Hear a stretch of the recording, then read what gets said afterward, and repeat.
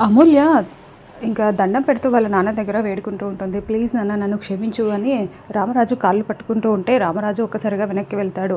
ఇంకా దాంతో వేదవతి అమూల్యని పైకి లేపి చెంప వాయిస్తూ ఉంటుంది.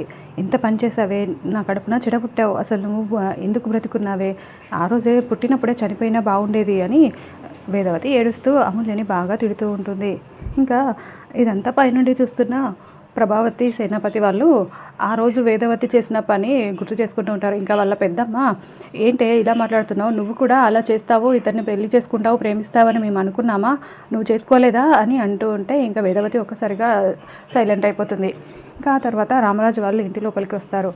అమూల్య వేదవతి వాళ్ళకి, అమూల్య విశ్వకి, విశ్వ వాళ్ళ అమ్మ హారతి ఇచ్చి లోపలికి తీసుకొని వెళ్తూ ఉంటుంది. విశ్వాత్ మండిపడుతూ లోపలికి వెళ్తాడు. కుడికాలు లోపల పెట్టి రామ్మ అని అమూల్యకి చెప్పడంతో ఇంకా అమూల్య అలా కుడికాలు లోపల పెట్టి లోపలికి వెళ్ళిపోతూ ఉంటుంది. ప్రభావతి విశ్వ మాత్రం చాలా సీరియస్గా కోపంగా చూస్తూ ఉంటారు. మరోవైపు రామరాజు కుర్చీలో అక్కడ నించొని అమూల్య అమూల్య ఎక్కడున్నావమ్మా, అమూల్య ఇలా రామ్మ అని పిలుస్తూ బాధపడుతూ ఏడుస్తూ ఉంటాడు. ఇంకా అలా మాట్లాడుతూ మాట్లాడుతూ ఒక్కసారిగా రామరాజు గుండె మీద చేయి వేసుకొని కింద పడిపోతాడు. ఇంకా దాంతో అందరూ చాలా కంగారు పడిపోతూ రామరాజు చుట్టూ చేరి బాధపడుతూ ఉంటారు.